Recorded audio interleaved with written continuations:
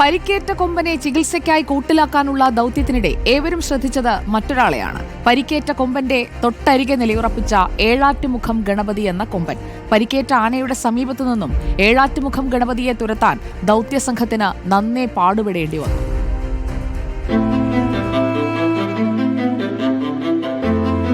പരിക്കേറ്റ കാട്ടുകൊമ്പനെ ചികിത്സിക്കാനുള്ള മിഷൻ അതിരപ്പള്ളി ദൗത്യം അതിരാവിലെ തന്നെ ആനയെ ട്രാക്ക് ചെയ്തു.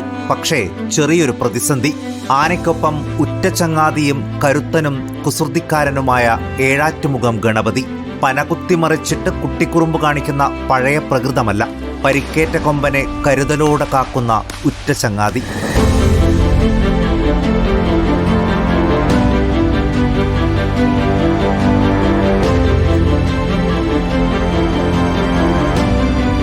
പടക്കം പൊട്ടിച്ച് ഗണപതിയെ ഓടിക്കാൻ നോക്കി. പിന്നെ മയക്കുവെടി വെച്ച് കൊമ്പനെ തളയ്ക്കാനുള്ള ശ്രമം. ഉന്നം ലക്ഷ്യത്തിൽ. വെടിയേറ്റ കൊമ്പൻ മയക്കത്തിലേക്ക്. ചങ്ങാതിയെ സർവശക്തിയുമെടുത്ത് തുമ്പിക്കൈയിൽ താങ്ങി നിർത്താൻ ഗണപതിയുടെ ശ്രമം.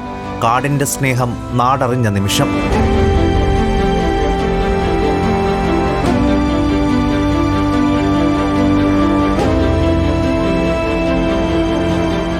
ശ്രമം വിഫലം. പരിക്കേറ്റ കൊമ്പൻ മറിഞ്ഞു വീണു.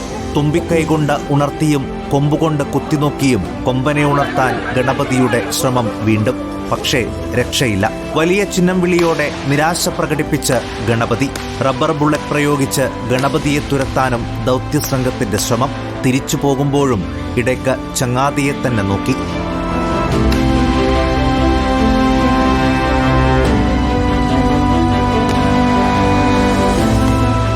കാടിന്റെ വന്യതയിൽ ഇനി ചങ്ങാതിയുടെ മടങ്ങിവരവും കാത്ത് അവനുണ്ടാകും. News desk reporter.